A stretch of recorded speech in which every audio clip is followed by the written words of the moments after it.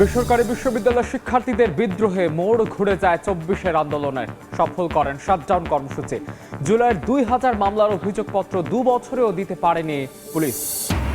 Bond সুবিধার অপব্যবহার করে ১০৮ কোটি টাকা রাজস্ব ফাঁকি ফেঁসে যাচ্ছে চট্টগ্রামের পোশাক রপ্তানিকারক প্রতিষ্ঠান। কঠোর ব্যবস্থা নেওয়ার ঘোষণা বিকেএমই এর। নতুন তো কোনো গাছই লাগাতে দেখি না। সরকারের প্ল্যান অনুযায়ী কিন্তু আমরা সেটার বাস্তবায়নটা সেভাবে আমরা এখানে দেখতে পাচ্ছি না। দিন দিন আরো গাছ কেটে ফেলা হচ্ছে, আর বা যেগুলো আছে সেগুলো পরিচর্যা করা হচ্ছে না ঠিক মতো। ঢাকার বুকে ভালো নেই গাছপালা, অপরিকল্পিত নগরায়ন ও কংক্রিটের চাপে শ্বাস নিতে পারছে না লাখ লাখ বৃক্ষ। আলোক দূষণে ব্যাহত জৈবিক চক্র, সঠিক পরিচর্যার তাগিদ। টানা ৭ দিন ধরে ইরানের বোমা বর্ষণ যুক্তরাষ্ট্রের সামরিক সক্ষমতা গুঁড়িয়ে দিতে চায় পেন্টাগন। এবার পূর্ণ মাত্রার আক্রমণাত্মক পর্যায়ে প্রবেশের হুঁশিয়ারি তেহরানের। এবং বিশ্বকাপ ফাইনালে স্পেন নয়, ফেভারিট আর্জেন্টিনা, বলছেন বাংলাদেশ কোচ থমাস ডুলি। প্রতিদ্বন্দ্বিতাপূর্ণ ম্যাচে ইয়ামালদের বিপক্ষে পার্থক্য গড়ে দেবে মেসি।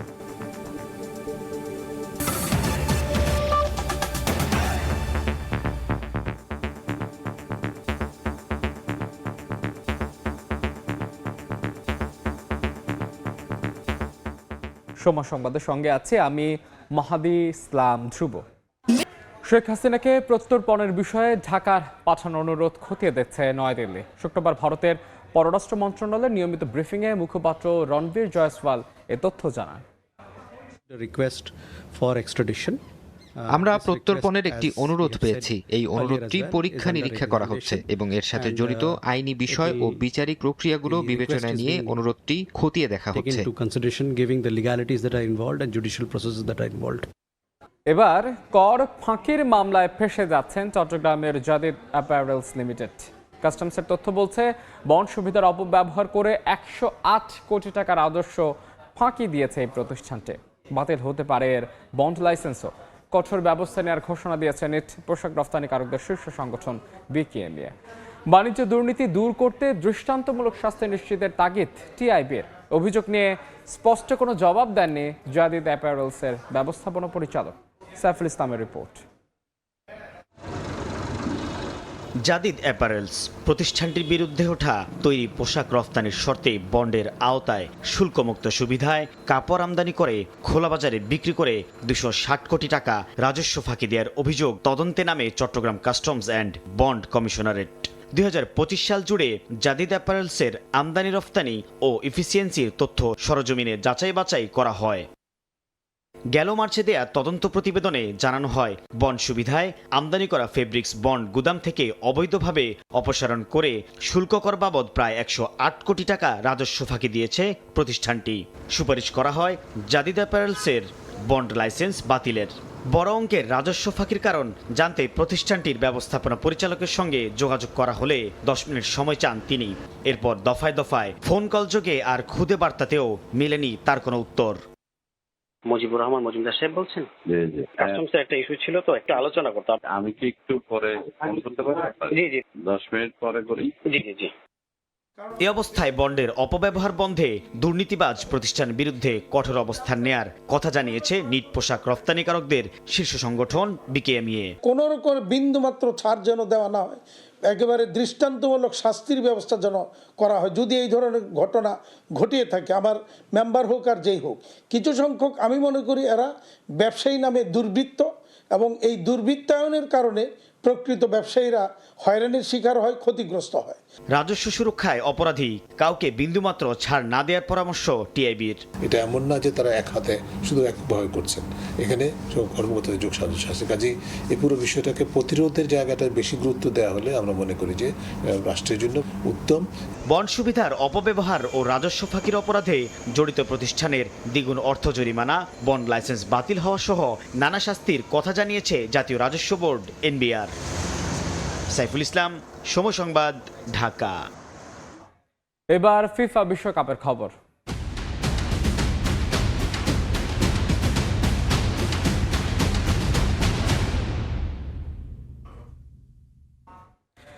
বিশ্বকাপের ২৩তম আসরের শিরোপা উঠবে আর্জেন্টিনার হাতে। ফাইনালের মঞ্চে স্পেন এসে বর্তমান চ্যাম্পিয়নদের এগিয়ে রাখছেন বাংলাদেশ ফুটবল দলের কোচ থমাস ডুলি। ১৯৯৪ সালের বিশ্বকাপে যুক্তরাষ্ট্রকে নেতৃত্ব দেওয়া ডুলির মতে আর্জেন্টিনা দলে একজন লিওনেল মেসি আছেন, যাকে শিরোপা উপহার দিতে নিজেকে উজাড় করে দিতে প্রস্তুত প্রত্যেক সদস্য। তবে লা রোহাদের আক্রমণ ভাগ ও শক্তিশালী মিডফিল্ডের কারণে তীব্র প্রতিদ্বন্দ্বিতা হতে পারে বলে মনে করেন তিনি। পারভিন আক্তারের রিপোর্ট।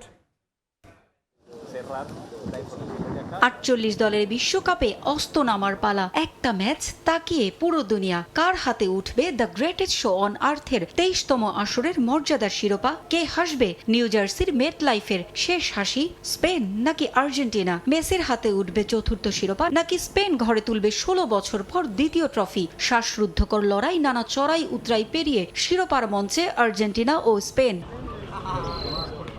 বিশ্বকাপের শুরু থেকে অপ্রতিরোধ্য ইয়ামাল ও মেসির দল। মার্চের ফিনালেসিমার উত্তাপ এখন মঞ্চস্থ হচ্ছে বিশ্বকাপের ফাইনালে। হাই ভোল্টেজ ফাইনালে শিরোপার দৌড়ে স্পেনের চেয়ে আর্জেন্টিনাকে এগিয়ে রাখছেন বাংলাদেশ জাতীয় ফুটবল দলের প্রধান কোচ থমাস ডুলি। নিজে যুক্তরাষ্ট্রের হয়ে বিশ্বকাপে অধিনায়কত্ব করেছেন, সমৃদ্ধ অভিজ্ঞতা। তার চোখে দলগত শক্তি দু দলের ভরসা। তবে আর্জেন্টিনা দলে একজন মেসি আছেন, যার জন্য খেলাটাকে নিজেদের প্রাণের স্পন্দন করে ফেলেছে আলবিসেলেস্তে, আর এটাই তাদের এগিয়ে রাখবে স্পেনের চেয়ে।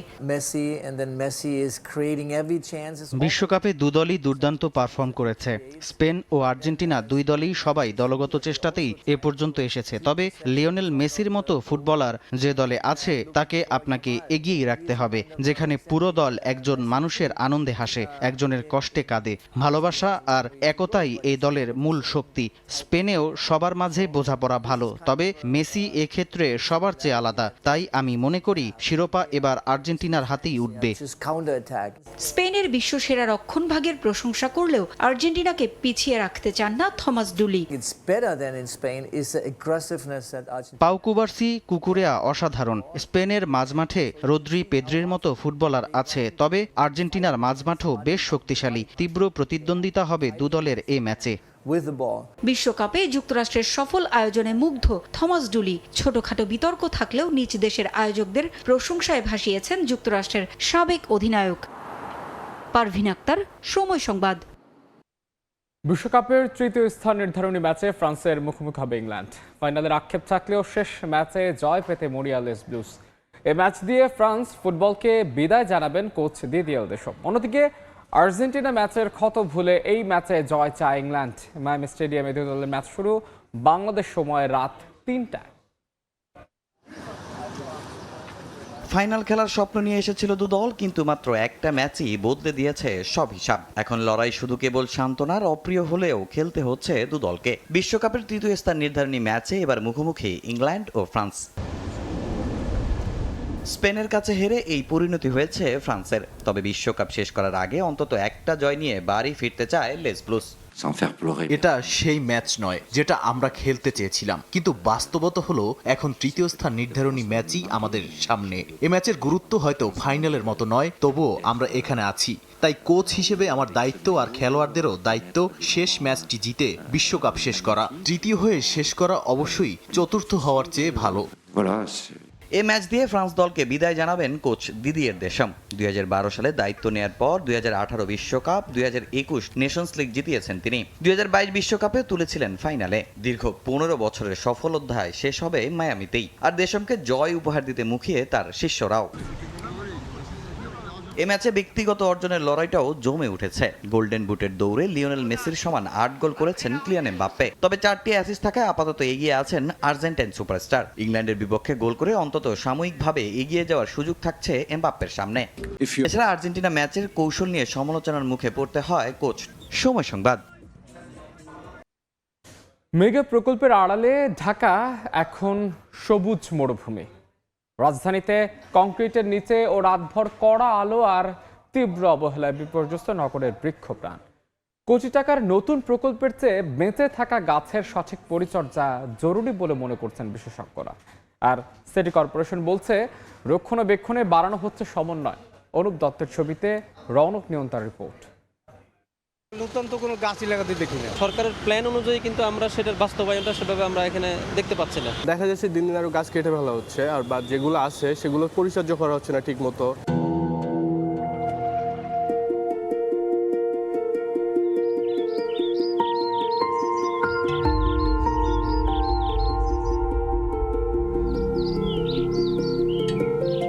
পাখির ডাক দিয়ে ঢাকার সকাল শুরু হওয়া এখন এক বিরল অভিজ্ঞতা। শহরের সড়কের পাশে সবুজের অস্তিত্ব আছে বটে, কিন্তু তা কেবলই কাগজে কলমে। পরিবেশ বিজ্ঞানের পরিভাষায় ঢাকা এখন সবুজ মরুভূমি। একটি গাছের স্বাভাবিক বৃদ্ধির জন্য তার শেকড়ের চারপাশে অন্তত 9 বর্গফুট উন্মুক্ত মাটি প্রয়োজন। অথচ ঢাকার ফুটপাতে গাছের গোড়া সিল করে দেয়া হয়েছে পিচ আর কংক্রিটে। এতে শেকড়ে পৌঁছাতে পারছে না ভূগর্ভস্থ পানি ও অক্সিজেন। যত্ন নিতে হবে এবং যারা এগুলো দেখাশোনা করবার দায়িত্বে আছেন তাদের তদারকি ব্যবস্থাকে আরও জোরদার করতে হবে। সংকট কেবল মাটিতেই নয়, রাতভর সোডিয়াম ও কড়া এলইডি লাইটের কারণে ঢাকার গাছগুলো 24 ঘন্টায় মুখোমুখি হচ্ছে কৃত্রিম আলোর। উদ্ভিদের যে স্বাভাবিক জৈবিক চক্র তা এই আলোক দূষণে বিপর্যস্ত। তবে শুধু গাছ লাগালেই হবে না, সঠিক পরিচর্যা প্রয়োজন বলে মনে করছেন পরিবেশবিদরা। 50 কোটি 75 কোটি যে এক্সিস্টিং গাছ আছে সেগুলো রক্ষা করার জন্য আমাদেরকে পরিকল্পনা গ্রহণ করতে হবে। একটি গাছের যে ক্যানোপি, এই ক্যানোপি ডেভেলপ করতে, এটির যে বিস্তার ডেভেলপ করতে, অর্থাৎ পরিপূর্ণ গাছ অক্সিজেন দেওয়ার মতো অবস্থা যেতে যে দীর্ঘ সময় লাগে, এই দীর্ঘ সময়ে অক্সিজেনের ঘাটতি তৈরি হয়, তাপমাত্রা বৃদ্ধি হয়। বাস্তবতা যখন এমন, তখন দেশ জুড়ে চলছে 25 কোটি গাছ লাগানোর বিশাল সরকারি কর্মযজ্ঞ। সরকারের মুখে তো শুনি যে গাছ লাগাইতে বলে, এত কিছু কই এরকম কার্যকরতা কিছু দেখি না। 3-4 মাস আগে মাঝে মাঝে দেখতাম, কিন্তু এখন আর দেখি না, এখন আর পানি আসে না দিতে। বৃক্ষ রোপণ হচ্ছে ঠিক আছে, বাট সেই বৃক্ষগুলোকে সঠিকভাবে কেয়ার করা, যত্ন করা, পানি দেওয়া অথবা পরিচর্যা করার এই বিষয়গুলো আমাদের চোখে কিন্তু সেভাবে আসলে চোখে পড়ে নাই। রক্ষণাবেক্ষণ ও দীর্ঘমেয়াদী টিকে থাকার জন্য কি পদক্ষেপ নেওয়া হয়েছে? জাতীয় একটা সেল আছে, এই সেলটা এই কাজের মনিটরিং করবে। এই কাজের জন্য আমাদের ডিজিটাল যে মনিটরিং সিস্টেমটা, এটা ডেভেলপ করতে হবে। সমন্বয়ের দাবি কাগজে থাকলেও মূল বাস্তবায়নকারী সংস্থা সিটি কর্পোরেশন। রক্ষণাবেক্ষণের আসল পরিকল্পনা ও দায়ভার ঠিক কোথায় গিয়ে ঠেকেছে?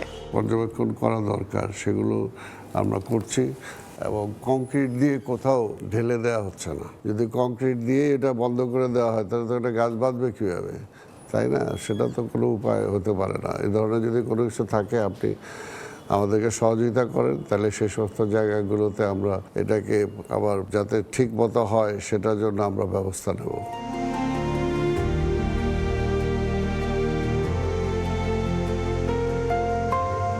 কংক্রিটের এই নগরে গাছেরা এখনো আমাদের বাঁচিয়ে রেখেছে, কিন্তু প্রশ্ন হলো, আমরা কি তাদের বাঁচতে দিচ্ছি?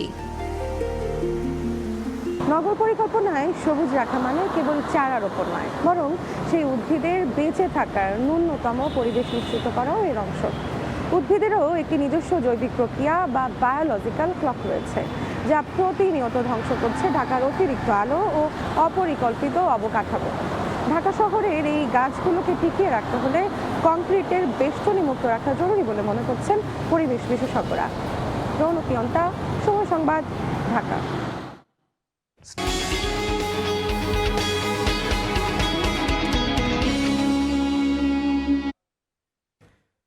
চট্টগ্রাম বন্দরে কয়েক হাজার কোটি টাকা মূল্যের পণ্য বোঝাই 10,000-এর বেশি কন্টেইনার নিয়ে জটিলতা কাটছেই না। 15 বছর আগে এসব পণ্য নিলামে বিক্রির জন্য 80 দফায় চিঠি দেওয়া হলেও নানামুখী জটিলতা নষ্ট হচ্ছে এই কন্টেইনারগুলো। এমনকি বিদেশি শিপিং লাইনের এসব কন্টেইনার আটকে থাকায় তারা যেমন ক্ষতির মুখে পড়ছে, তেমনি ভাবমূর্তি ক্ষুণ্ণ হচ্ছে দেশের আমদানি রপ্তানি বাণিজ্যের। শাখাত চুপুর ক্যামেরায় বিস্তারিত জানাচ্ছেন কমল দে। বিডার জড়ো করে মাইকে দর ডেকে উন্মুক্ত পদ্ধতিতে প্রতি মাসে 20 থেকে 30টি কন্টেনার পণ্য নিলামে বিক্রি করে চট্টগ্রাম কাস্টম হাউস। এর মধ্যে কমলা, মাল্টার মতো ফল যেমন থাকে তেমনি থাকে খেজুর, আদা সহ অন্যান্য পচনশীল দ্রব্য। আর কিছু কন্টেনার পণ্য বিক্রি হয় ই অকশনের মাধ্যমে। কিন্তু এই মুহূর্তে বন্দরে বিভিন্ন শেডে নিলামের জন্য হস্তান্তর করা 2748 টিউএস 20 ফুট সাইজের এবং 6618 টিউএস 40 ফুট সাইজের কন্টেনার পণ্য নষ্ট হওয়ার পথে। সবসময় এই অকশনেবল কন্টেনার দ্বারা অকুপাইড থাকে। আমার এটা যদি চলে যায়, সেই ক্ষেত্রে আমরা একটা বিশাল এরিয়া পাবো যেখানে নতুন করে আমরা আমদানি রপ্তানি পণ্য এখানে হ্যান্ডেল করার জন্য জায়গা পাবো। তবে কাস্টম হাউস বলছে 2697টি কন্টেনার নিলামের জন্য অন্তর্ভুক্ত করা হলো, অনুমোদন মিলেছে 1619টির। এর বাইরে 2025 সালে 493টি এবং চলতি বছর আরও 495টি কন্টেনার নিলাম প্রক্রিয়া শেষ করে বিডারের কাছে খালাস দেওয়া হয়েছে। প্রক্রিয়াগত কারণে হয়তো দেরি হতে পারে, তবে সর্বোচ্চ গতিশীলতার মাধ্যমেই এখন করা হচ্ছে। কন্টেনার ছাড়াও 1,06,372 প্যাকেজ এলসিএল পণ্য এবং 6,919 বাল্ক পণ্য নিলামের অপেক্ষায় রয়েছে। পেরিশেবল গুডস তো আর এক মাসের সময়সীমা দিয়ে আমদানিকারকরা আনে না, যখনই আসে ওটার ক্ষেত্রে একটু কাস্টম কর্তৃপক্ষ সজাগ হওয়া উচিত। নিলামে দীর্ঘসূত্রিতার ফলে একদিকে যেমন আমদানিকৃত পণ্য নষ্ট হয়ে যাচ্ছে, অন্যদিকে কোটি কোটি টাকা রাজস্ব হারাচ্ছে সরকার। 20 ফুট সাইজের প্রতিটি কন্টেনারের আন্তর্জাতিক বাজার মূল্য $2,500 মার্কিন এবং 40 ফুট সাইজের কন্টেনারের মূল্য $5,000 মার্কিন। এখানে কনসাইনির ফল্টের কারণে দেখা যাচ্ছে যে কন্টেনারকে অ্যারেস্ট করে রাখা হয়, অর্থাৎ দেখা যাচ্ছে যে রেসপন্সিবল করা হয় কন্টেনারকে, নট টু দ্য কার্গো, কিন্তু হওয়া উচিত উল্টা।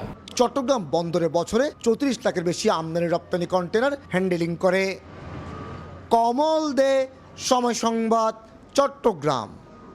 রাজধানীর মতিঝিল এলাকার শীর্ষ সন্ত্রাসী তানিম রেজা বাপ্পিকে তার 4 সহযোগী সহ গ্রেফতার করেছে পুলিশ জানায়, গত কয়েক মাস ধরে মতিঝিল এলাকায় যে সকল অপরাধ কর্মকাণ্ড হয়েছে তার বেশিরভাগ কাজের সঙ্গে বাপ্পি ও তার সহযোগীদের সংযোগ পাওয়া গেছে। পরে গতকাল মতিঝিল এলাকার বিভিন্ন জায়গা থেকে তাদের গ্রেফতার করা হয়। তাদের দেওয়া তথ্যের ভিত্তিতে বাপ্পির কথিত অফিস থেকে লুকানো অবস্থায় 3টি বিদেশি রিভলভার উদ্ধার করেছে পুলিশ।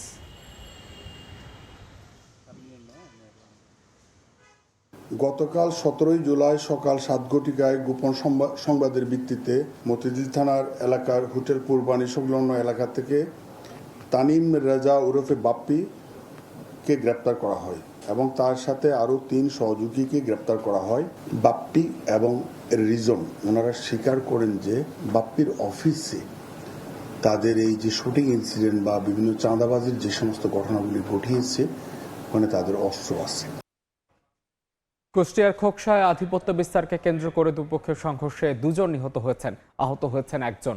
পুলিশ জানায়, আধিপত্য বিস্তারের জেরে শুক্রবার রাত 1টার দিকে স্থানীয় মিন্টু গ্রুপের এক 10 অস্ত্রধারী খোকসা উপজেলার দেবীনগর এলাকায় শামিরুল গ্রুপের ফারুক ও আবুল শেখের উপর অতর্কিত হামলা চালায়। এ সময় তাদেরকে কুপিয়ে গুরুতর জখম করা হয়। স্থানীয়রা তাদের উদ্ধার করে কুষ্টিয়া জেনারেল হাসপাতালে নিয়ে গেলে কর্তব্যরত চিকিৎসক ফারুক ও আব্দুল শেখকে মৃত ঘোষণা করেন। এ ঘটনায় আহত বল্লভ মণ্ডল নামে একজন হাসপাতালে চিকিৎসাধীন রয়েছেন।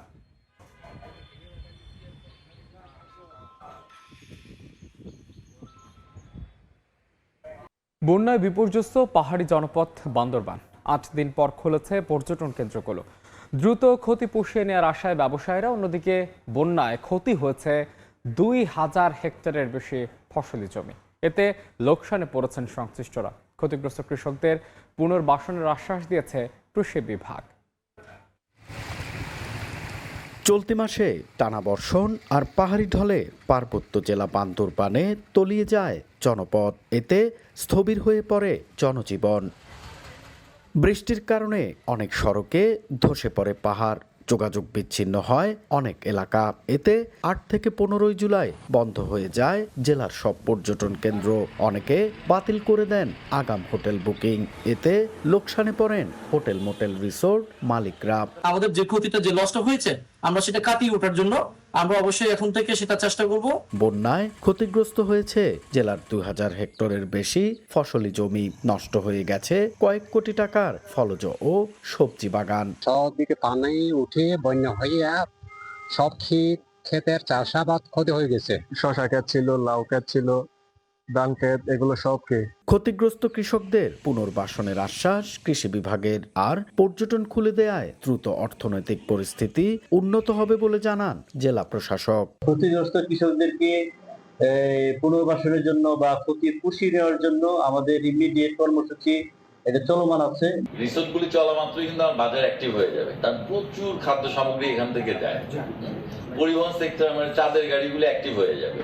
তখন কিন্তু মানুষের মধ্যে প্রাণ চাঞ্চল্যতা এবং মানে ইকোনমিক ফ্লোটা আবার বেড়ে যাবে। জেলা প্রশাসন ও কৃষি বিভাগের তথ্য মতে জেলায় পর্যটকদের জন্য রয়েছে শতাধিক হোটেল মোটেল রিসোর্টের পাশাপাশি 4 শতাধিক চাঁদের গাড়ি। আর বন্যায় জেলার 2104 হেক্টর ফসলের জমি ক্ষতিগ্রস্ত হয়েছে। এন.এ. জাকির, সময় সংবাদ, বান্দরবান। সময় সংবাদ, এবার দেশের বাইরের খবর। টানা সপ্তম রাতের মতো ইরানে হামলা চালিয়েছে যুক্তরাষ্ট্র। এতে অন্তত 7 জন নিহত হয়েছেন। পেন্টাগন বলছে তেহরানের সামরিক সক্ষমতা গুঁড়িয়ে দেয়াই এবারের লক্ষ্য। ইরানের স্বাস্থ্য মন্ত্রণালয় জানিয়েছে নতুন করে মার্কিন হামলায় শুক্রবার পর্যন্ত অন্তত 38 জন নিহত এবং 400 জনের বেশি আহত হয়েছেন। আর 2-3 দিন আঘাত হানলে পূর্ণ মাত্রায় আক্রমণাত্মক পর্যায়ে প্রবেশের হুঁশিয়ারি দিয়েছে তেহরান। এরই মধ্যে মধ্যপ্রাচ্যে মার্কিন ঘাঁটি লক্ষ্য করে হামলা চালিয়েছে IRGC। চলমান উত্তেজনা নিয়ে গভীর উদ্বেগ প্রকাশ করেছে জাতিসংঘের সময় সংবাদ। এবার খেলার খবর। বিশ্বকাপ ফাইনালে কঠিন প্রতিপক্ষের মুখোমুখি হচ্ছে আর্জেন্টিনা। যুক্তরাষ্ট্রের মেটলাইফ স্টেডিয়ামে ফাইনালের আগে শেষ সংবাদ সম্মেলনে এই কথা বলেছেন খোদ লিওনেল স্ক্যালোনি। স্পেনের কোচ ফুয়েন্তেও সবিহ করে কথা বলেছেন আর্জেন্টিনাকে। কৌশল আর মাঠের ফুটবলের পাশাপাশি কিছুটা ভাগ্যকে নির্ধারণ করবে জয় পরাজয়। নিউ ইয়র্কের জ্যাভেদ সেন্টারে আর্জেন্টিনা ও স্পেনের সংবাদ সম্মেলন কভার করে সেই ধারণাই দিচ্ছেন সহকর্মী হাসানুজ্জামান সাকি। বিশ্বের তৃতীয় দল হিসেবে টানা দ্বিতীয়বার বিশ্বকাপ জয়ের হাতছানি আর্জেন্টিনার সামনে। চতুর্থবারের মতো বিশ্ব চ্যাম্পিয়ন হওয়ার স্বপ্নে বিভোর লিওনেল জুটি মেটলাইফ স্টেডিয়ামে ফাইনালের আগে শেষবার সাংবাদিকদের মুখোমুখি হন আর্জেন্টিনার হেড কোচ লিওনেল স্ক্যালোনি। নির্দ্বিধায় বললেন কঠিন প্রতিপক্ষের মুখোমুখি হচ্ছে তার দল। স্পেনের কোচ ফুয়েন্তে আমাকে ব্যক্তিগতভাবে চেনেন। আমাদের সম্পর্ক খুবই ভালো। আমাদের খেলার ধরনও কিছুটা একই রকম। বলের দখল ধরে রেখে খেলি, গোলের চেষ্টা করতে থাকি, এগুলো সবাই জানে। তবে ফুয়েন্তে জানেন না ফাইনালে আমি কিভাবে কৌশল সাজাবো। আশা করছি ভালো ম্যাচ হবে।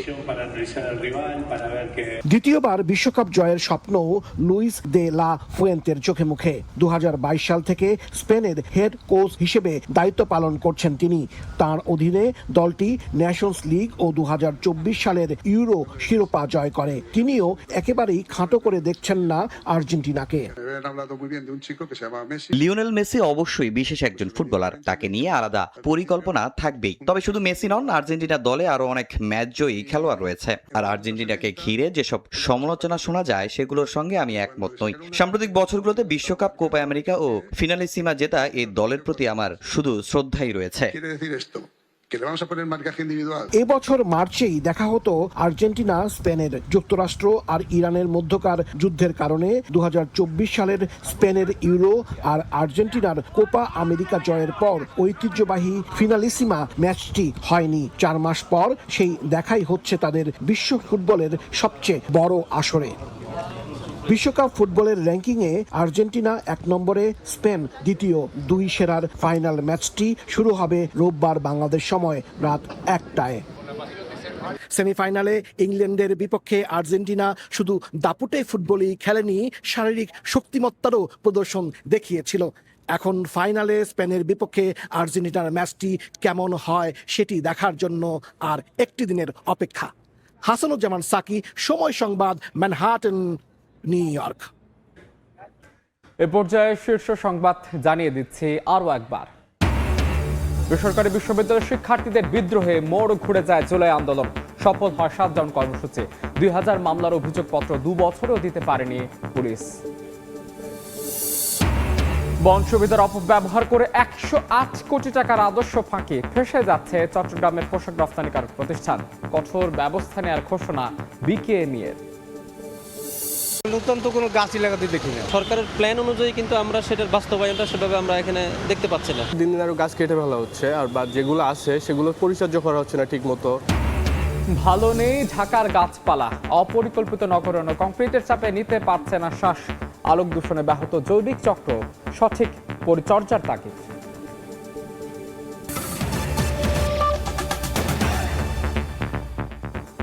এই ছিল দুপুর 12টার সময় সংবাদের এখনকার আয়োজন। দর্শক, বিশ্বকাপ ফুটবলের মহাযজ্ঞ সরাসরি সম্প্রচার করছে সময় টেলিভিশন। দেখতে চোখ রাখুন সময়ের পর্দায়। এরপর খেলার সময় সঙ্গে থাকবেন সহকর্মী মাকসুম আলম খান। মাহাদি ইসলাম ধ্রুব, আপনাকে ধন্যবাদ। খেলার সময় নিয়ে আসছি কিছুক্ষণ পর, সঙ্গেই থাকুন সময়।